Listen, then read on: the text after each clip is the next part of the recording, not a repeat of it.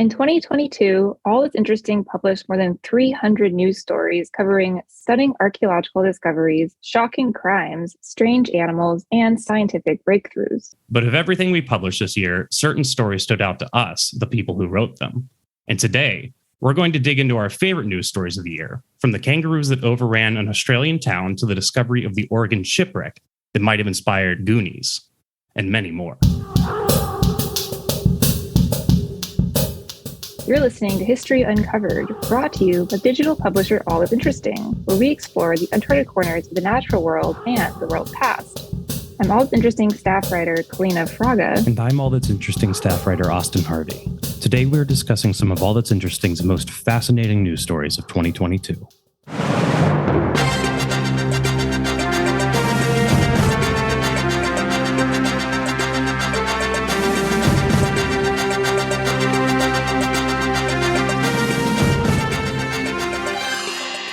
So we're going to start our discussion today talking about some of the animal stories we covered this year, of which there have been quite a few weird, delightful, bizarre ones. And the first one today is going to be about kangaroos. So in 2022, there's this very small town in Australia called Maroom. It's only 220 people in it. And this year, it suddenly got overrun by 60 to 80 kangaroos. They were just like everywhere and kind of terrorizing residents. They attacked a couple of people. One kicked an older woman, like knocked her down. I think she broke a bone. Yeah, it's not good.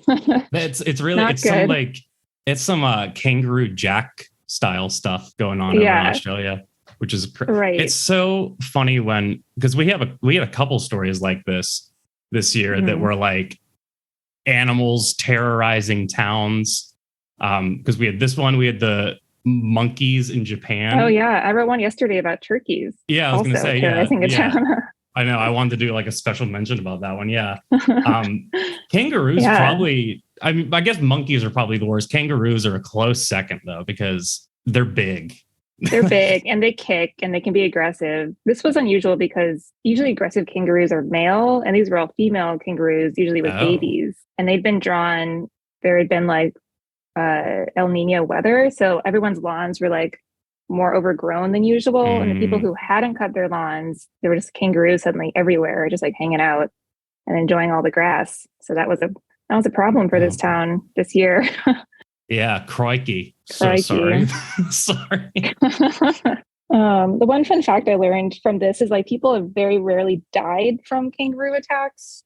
There's only one before this article, and then right after the article came out, someone else died. So there've been like two in the last 100 years.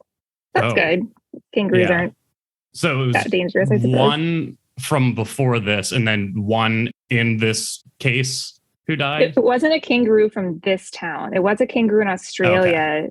Okay. Someone had been keeping it as a pet, and it attacked him and killed him, but unrelated to this small town. Okay. Yeah. Okay. Yeah. Yeah. I wrote a post earlier this year about pets that turned on their owners. So that's, I guess the takeaway lesson there, don't keep pets that aren't pets, right? Like no wild animals. Were all the pets in your post wild animals? Were they any like dogs or? One woman who actually lived like 20 minutes from my house, she had a bunch of wolf dogs. So they were not totally wild, but like definitely she had 9 of them. That was like way too many. She's outnumbered. Yeah. Yeah.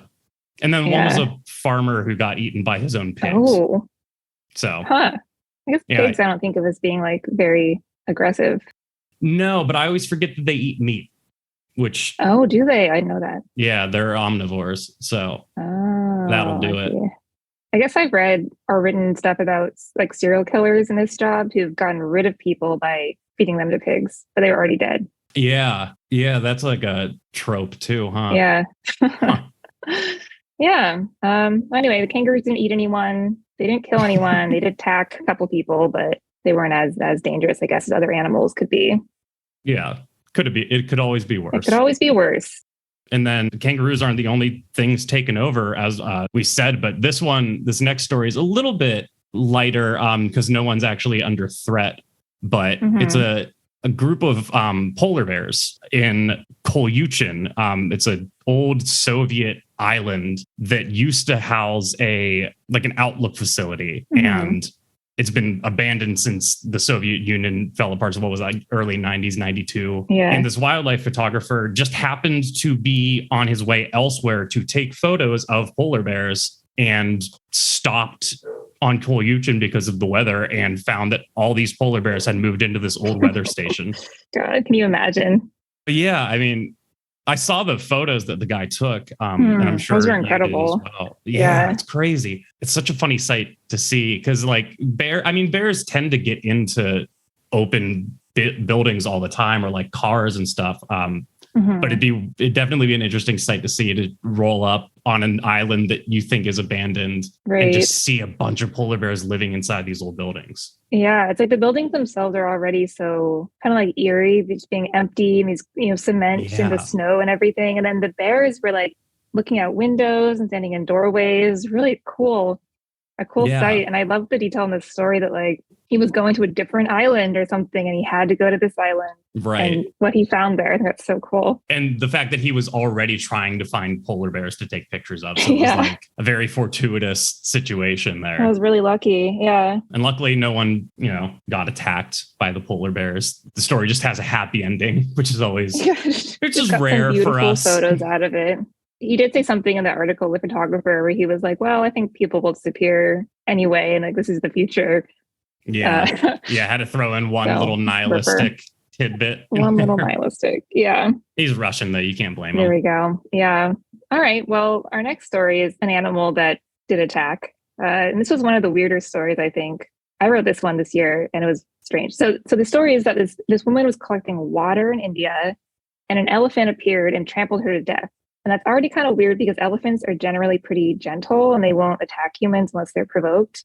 But then the story got even weirder because, a little while later, her village was laying her to rest and she was on a funeral pyre. And the elephant reappeared. He brought some friends and they attacked the pyre and they knocked her off the pyre. And then they attacked like a bunch of houses, including hers, and it just disappeared. And like everyone was flabbergasted because elephants just don't usually behave this way. Yeah. So the only explanation they could come up with was like something, for some reason, they associated her with something terrible that had happened to their herd or to an elephant or something. And just when they caught her scent again, they couldn't resist racing in. And I think this is like one of my favorite stories just because it's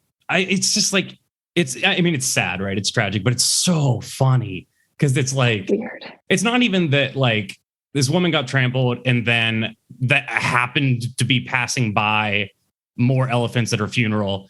It's the same elephant. Right. Like, really had it out for this woman she was like old too, wasn't she? She's like, in her 60s or 80s. Yeah. It's weird. You wonder like, what did they think that she had done or what had she done to provoke this? Because everyone was like, no one had any idea. There wasn't like she was a known elephant abuser or anything like that. Yeah. Maybe in a past life. They were rivals. Maybe so.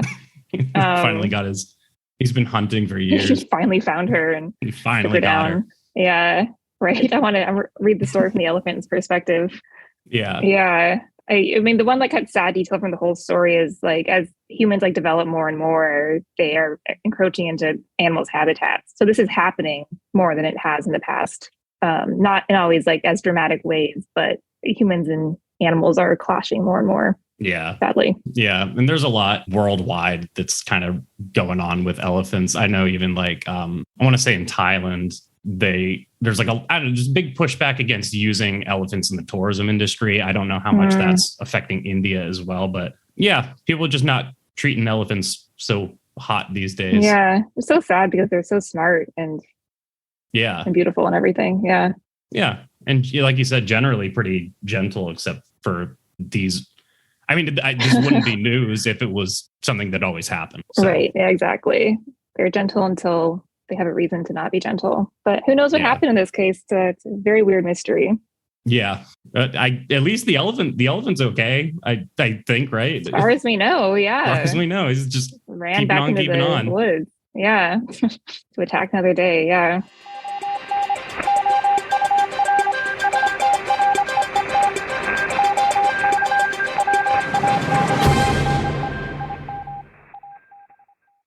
now we get to talk about the humans. Yes, most dangerous animal of them all.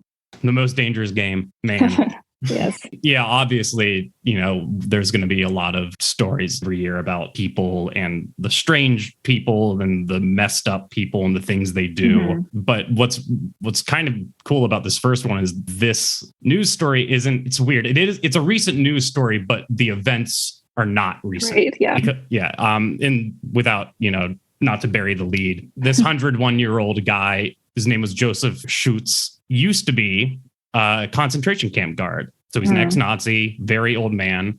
And they finally convicted him as an accessory to over 3,000 murders, which I think also made him the oldest person to be charged with crimes relating to the Holocaust. Wow. Like reading the story, he like adamantly denied that he had anything to do with this. And they were like, well, like, here's your name and here's like, it matches your birthday. They had all these evidence against him. And it just made me wonder, like, if you're 101 years old, you don't have that much time left. Is there no part of you that wants to be like, yes, I did this, and I'm sorry, or I don't know. I thought that was kind of interesting. I guess it's something that's so like there's so much shame, especially in Germany, and like hatred and everything like that could be I don't know. I just thought it was interesting that he's so old and he was still like, nope, that wasn't me. Yeah. Even though it was like very clearly him.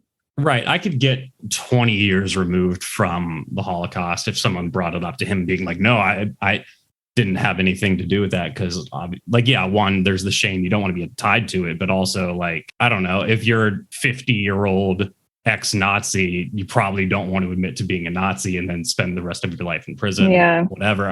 When you're 101, it seems kind of inconsiderate to not.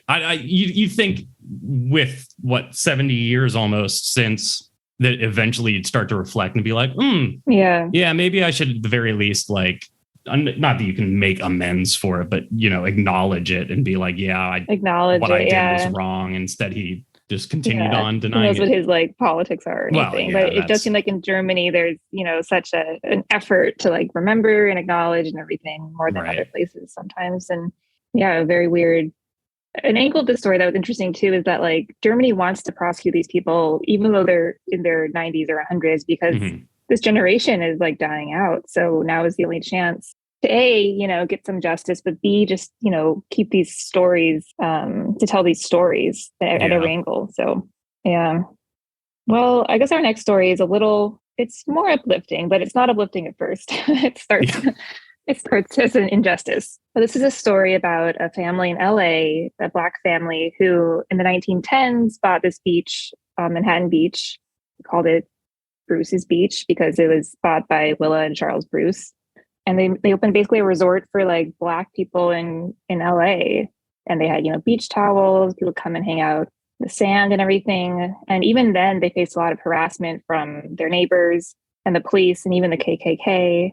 The police would do things like they would put like no trespassing signs or parking only 10-minute signs around so that it would just like intimidate people. And then the city of Los Angeles used eminent domain in the 1920s to take the beach away.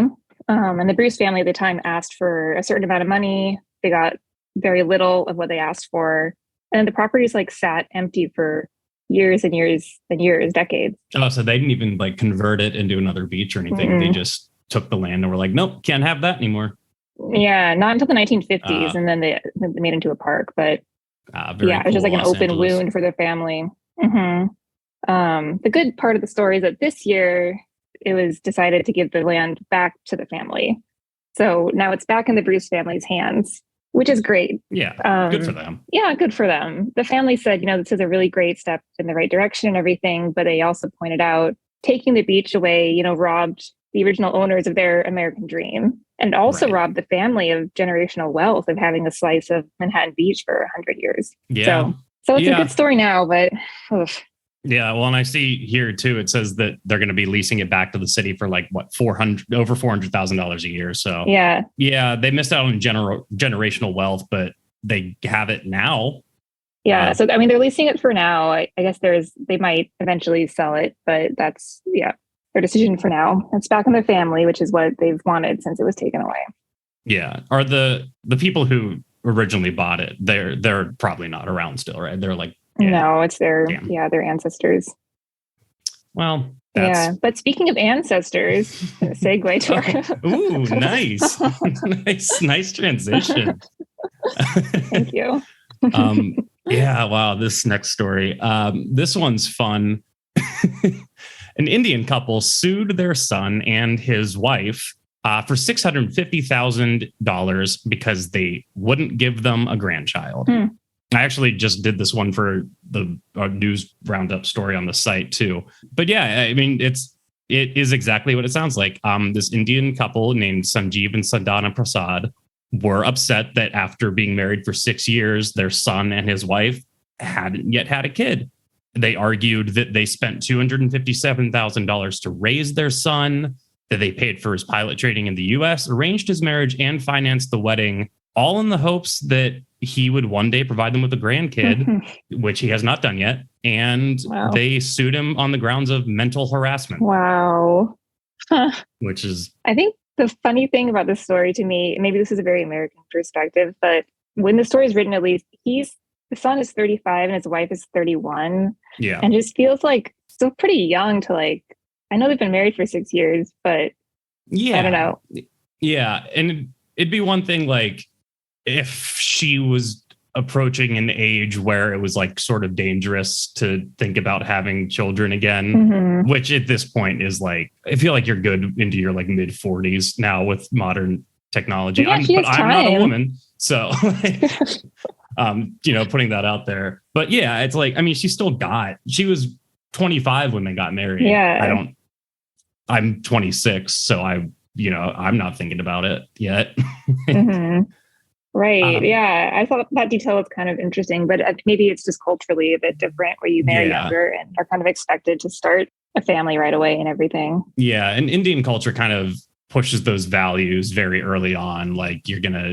It's very traditional in a sense, you're going to have children and raise a family and take care of your elders. I think there's even a law that says retired parents or elderly parents are allowed to collect basically a monthly allowance from their adult children. So there is definitely a cultural divide between this, which affects our perspective. But it is still they're really upset about the grandkid thing, but I guess $650,000 makes it better. I feel like that's just a threat to be if you don't do this, that's probably what it is. Yeah. Yeah. And they seem just reading the article and the things that they're just so depressed. They feel their lives have no meaning because they don't have a grandchild and everything. Yeah. It's a lot of pressure. Yeah. But it's hey, you did have a kid. So right. If that's still around. Yeah. If that's something you're concerned about, you had the kid. They just didn't have a kid.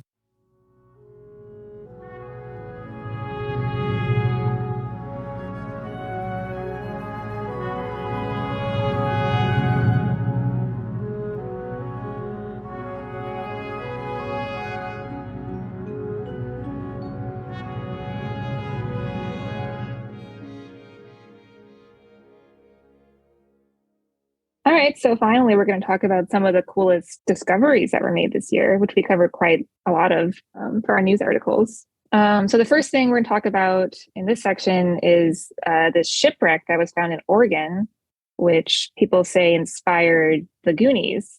So I've never actually seen the Goonies. So you've never seen the Goonies? No, I haven't. Oh, man. I haven't seen it in years, but I think I quote it definitely weekly. It's a great movie. So I haven't seen the Goonies, but I grew up near Seattle and Stuff would wash up on the beach near my parents' house all the time, little pieces of porcelain and stuff.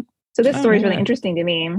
Yeah, we've my mom has just jars and jars of it. Wow. Yeah, this story is about this town in Oregon, Manzanita, where people have been finding stuff like that, blue and white porcelain and beeswax, especially washing up on the shore for centuries, which had all sort of inspired this rumor that maybe there'd been a shipwreck at some point. So this year, they finally determined that these timbers that were found in a beach cave did, in fact, come from Asia in the 17th century and thus probably belonged to a ship that had wrecked off the coast. And they figured out just by looking at historical data of ships that had gone missing that it was probably this one Spanish ship that had gone missing in the 17th century. And it was carrying, among other things, beeswax. So they think really this is it. Yeah. So is the beeswax, is it in honeycombs still? And that's what's washing up? Or is it just like big chunks of wax? I think there's a photo of someone like holding it, and there might be like a stamp on it or something that they found in the 1950s. I was just, okay. Yeah. Oh, wow. Yeah. Yeah. That is literally just like a big, that's massive. That's the size of his torso. Yeah. Big old chunk of beeswax. So cool. Anyway, the story goes that like this was just, local legend in Oregon for so long. And Steven Spielberg knew about it and wrote a story, which is what the film is based on. Yeah. So they're kind of keeping an eye out for the full shipwreck, but they don't know if they'll ever find it. Like maybe the ship is just in pieces and washed away. So that could be cool if they found more pieces. Yeah. I wonder if like you could just get enough pieces just to build a new boat at this point. Yeah.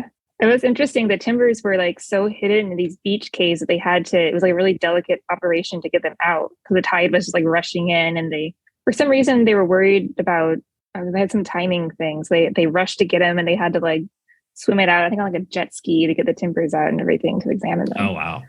So they're very difficult to access, but yeah. Yeah, that's crazy. That's so so neat, dude. Like 17th century, 1600s. Mm-hmm. It's amazing that it's amazing that it's washing up now, I think is what's really interesting about it. So part of it did wash up. Like back in the day, they said there was like legend that you would be able to see part of a ship from the river, and then it was since like washed back out into the ocean. So I think it's just sort of like made its way into these caves over the years and probably gotten covered by sand, and the tide would take the sand back out. Yeah. Wild. I love shipwreck news though. It's always so sort of like eerie and fascinating. Yeah. Shipwrecks are, I don't even know the word for it. Eerie's right. There is something just like extra creepy about shipwrecks that like you could be like, oh, they found remnants from a plane crash, and I'd be like, whatever. Mm-hmm. But yeah, shipwreck, I think because for so much of history, that was how things moved and transported. So it's like, right. It could be from yesterday or it could be from 600 years ago. Mm-hmm. And that's way cooler than like a plane. I think it's because we all grew up with like the Titanic and just these images of the Titanic and the story and everything. By the story, I mean like the film. Yeah. And I don't know, I think for me, I was like, oh, that's so cool and weird and terror. Like one of my like worst fears probably would be in a shipwreck and be like stuck in the open ocean and everything. Yeah. So I think that's relatable. And then just these undersea images of, wrecks like the Titanic that are so well preserved. It's just so like, oh God, it's so easy to imagine like people being on that ship. Yeah. Yeah. And then there's all like legends like the Flying Dutchman and ghost ships and stuff. So there is a little bit more like folklore surrounding it also. Yeah. Yeah. The sea's a mysterious place. Yeah. Another, I can't segue. That was good. Another interesting thing that has sunk. Yeah. Not good. Yeah. In China, a group of spelunkers went in, they found this sinkhole. It is 630 feet deep, over 1,000 feet long, about 500 feet wide. And they climbed to the bottom of it and found an entire forest with what they said, ancient trees and shade plants. The word that they used for it was Tian Kang, means heavenly pits. But yeah, that's crazy. That's like so wild. Is the last thing you expect to find at the bottom of a big hole in the ground is a forest. Well, it's interesting because in China there's a ton of sinkholes like this, like right. Especially in this region. Apparently, there's a bunch, and it's insane. Like the photos in this article, at least when we wrote it, there weren't any photos, I think, of that sinkhole, but there were photos of other sinkholes in China, and they're like incredible because you're like the perspective is you're at the bottom of the sinkhole looking up at the sun, but there's all these like trees and stuff around you. It's so weird, and very like magical. Yeah, and they said some of those trees, if I'm working from memory here, but they said they were like 130 feet tall. Yeah, so that sounds right. Yeah, they've been growing. Yeah, I grew up in Pittsburgh. I'm still in Pittsburgh. Trees don't get that big here. Doesn't happen. Ancient trees. Yeah. Like how big are the trees in the redwood forest? That's a good question. Do you know Probably that off the top of your head? I wish I did. I'll give it a quick Google. Okay, they go 300 Yeah. feet. So that's All right. big. But even half of that is still a tall tree. Yeah. I mean, I guess they're pretty protected being in a sinkhole where humans can't get at them and chop them down or anything. Yeah. What I'm curious about too is, and I don't think they really even talked about it. Everyone focused on the trees and the like other plants and stuff. Are there animals down there too? There must be. Yeah, I think so. Yeah, it's like an oasis, but under the ground. Yeah. So I don't know. Like this idea there's like hidden places around the world. I think it's cool. Unexplored places. Yeah, especially like it's so hard to think of anywhere on Earth that we haven't been now. Like when you really think about it, it seems like such a small planet. And especially given that like most of it's ocean, that's always the part for me that I'm like, yeah, I mean, we don't know what's down there. So when stuff like this happens where it's like, hey, wait, there's this thing in one of the world's most populated countries that is untouched and exists in this very strange environment. It's very cool. And like you said, magical almost. It feels like a different world. Yeah. Yeah. I love stuff like that. Anything that's within, nature or history or whatever, when there's like a new discovery of like humans think they know everything. And then, it's like, a new sinkhole, a new bone or something. It's great. Yeah. Yeah. It's always awesome. Exciting. Yeah. Well, our next story is something that was discovered and then lost and then rediscovered. It was a photo of a UFO that went missing for years. It's not just a photo of a UFO. It's the clearest photo of a UFO that's ever been taken. It was captured by some hikers in Calvin, Scotland in the 1990s or in 1990. And it's really a remarkable picture. And I guess to our listeners, if you haven't seen it, you should look it up because it's just this giant sort of like diamond shaped thing in the sky. It's 100 feet long. It's like hard to describe it without like in any term that's not obvious. It's a UFO, right? Like it's a big, it's UFO shaped. It's metal. It's in the air. Very weird. Very clear photo, whereas I feel like mostly every other UFO photo is just like very blurry. It's like the classic Bigfoot photo. Yeah, this is clearly like something in the sky. And the weird twist to the story is that these hikers who have never come forward, which is another odd thing, but they took this picture and they gave it to a newspaper who gave it to like the Ministry of Defense. And then it just sort of vanished until this one guy decided to track it down, and he eventually found it. Some like press officer had a copy of it in his possession, but they still don't, like, no one knows what it is. Like some people are like, well, it's definitely a UFO. And some people are like, well, maybe it's a top secret sort of object. We did a podcast earlier this year on the Roswell incident. And at the time, when the military first gave an explanation, they're like, oh, well, it was like a weather balloon. And when I saw this picture, I was like, I guess this could be like a giant weather balloon or something. But I don't know. I mean, I guess I'm always like looking for the logical explanation when it comes to UFO stuff. But it is a very weird picture. Yeah. I've admittedly never actually seen a weather balloon. As someone who's really into UFO stuff, I have never even bothered looking up what a weather balloon looks like. So I should probably do That's where they get you. Yeah. I'm going to do that real quick and compare and contrast now. Yeah. I don't know. A weather balloon looks like a balloon. Okay. Like not it like doesn't. A giant. No, it's not a big metal disc. It is very much a balloon. That is not what is in the Calvin photo. Well, I mean, the thing about even like Roswell is like they said it was a weather balloon, and then like much later, they're like, oh, actually, it was like a secret project. We just couldn't tell you what it was at the time. So I kind of feel like I'm always like, well, this is probably that, some sort of like secret, but no one has like claimed what it is or. Yeah. Oh, I'm a full on explanation. Oh yeah. I see anything, I'm like aliens. 100%. That's aliens. Wow. Yeah. Someone could blatantly be like, they could tell me exactly what it is. They could be like, no, it's this new piece of technology we were designing. I'd be like, shut up. No, it's not. It's aliens. Absolutely. Oh wow. Yeah. I mean, I'm a huge Star Trek fan, so I'm like, well, they're probably out there, but generally I'm like, there's an explanation for things. Fair enough. I mean, yeah, there probably is, but for me, the explanation is aliens. All right. Well, yeah, I mean, it could be. I don't discount that. Uh, speaking of stuff from space, Yes. next story is about paleontologists in North Dakota. They found the remains of a dinosaur that was killed by like the asteroid, the one that knocked them all out, which is amazing, crazy to think about. I don't even know where to go from there. It's insane. They were from the University of Manchester. They were just looking at some fossils, and they think that they died like in that impactful strike, which is terrifying to think of. Like incredible. They could pinpoint it. Yeah. I mean, he was saying like they found what they think they're looking at as like a dinosaur whose leg was somehow like ripped off. And they're saying it wasn't a disease. There's no bite marks. It wasn't scavenged. Like something hit this thing.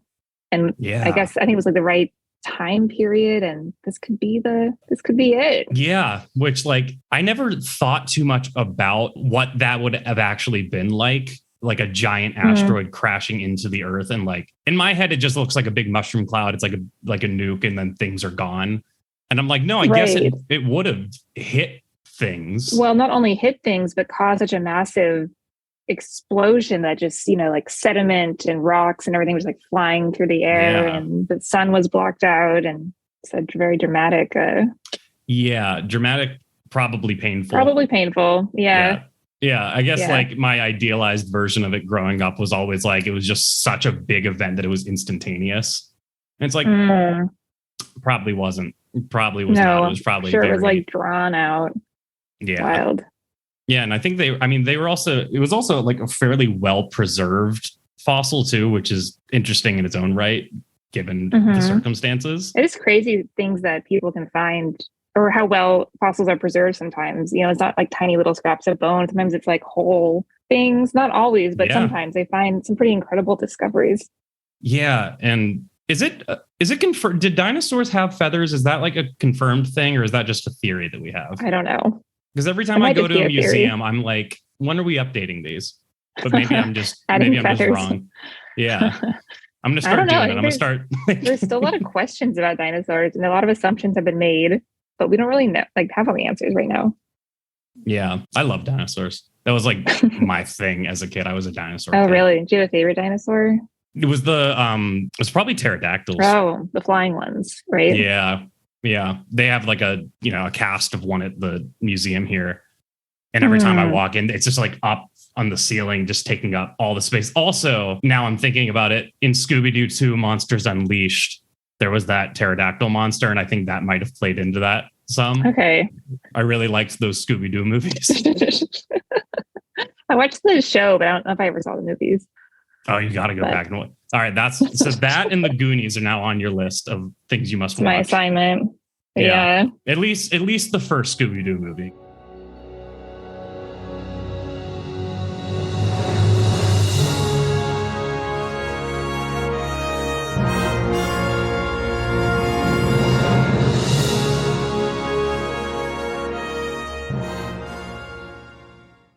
That's the news for the year.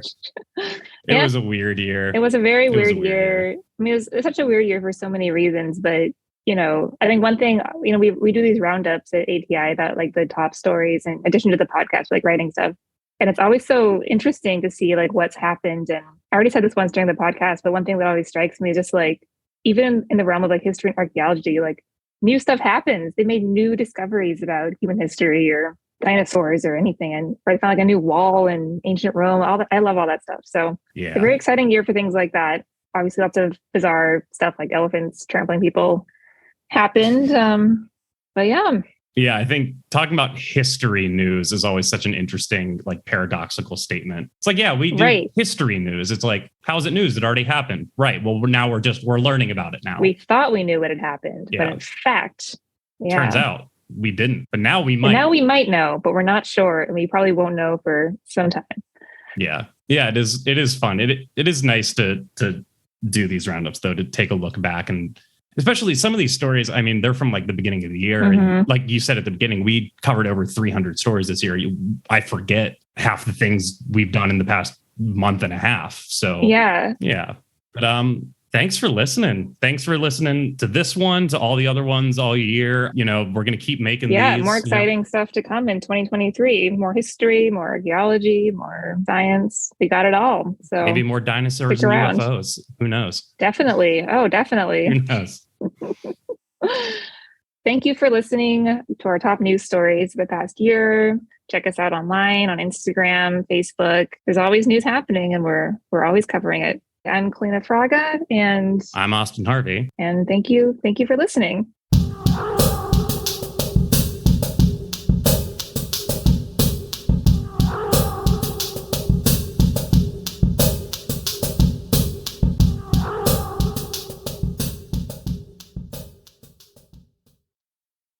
Thanks for listening to History Uncovered. I'm History Uncovered's producer, Kit Westneat. If you like the show, help others find us by leaving a review on Apple Podcasts or Spotify. And be sure to follow the All That's Interesting and History Revealed pages on Facebook and Real History Uncovered on Instagram. Make sure you don't miss out on the new episodes and subscribe to the History Uncovered podcast. And keep up with our latest stories at allthat'sinteresting.com. If you have a question about the show or just want to say hi, feel free to call us at 929-526-3029 or email us at podcast@allthat'sinteresting.com. This podcast is part of the Airwave Media Podcast Network. Visit airwavemedia.com to listen and subscribe to their other fine shows like Legends of the Old West and Redacted History. Until next time, keep exploring.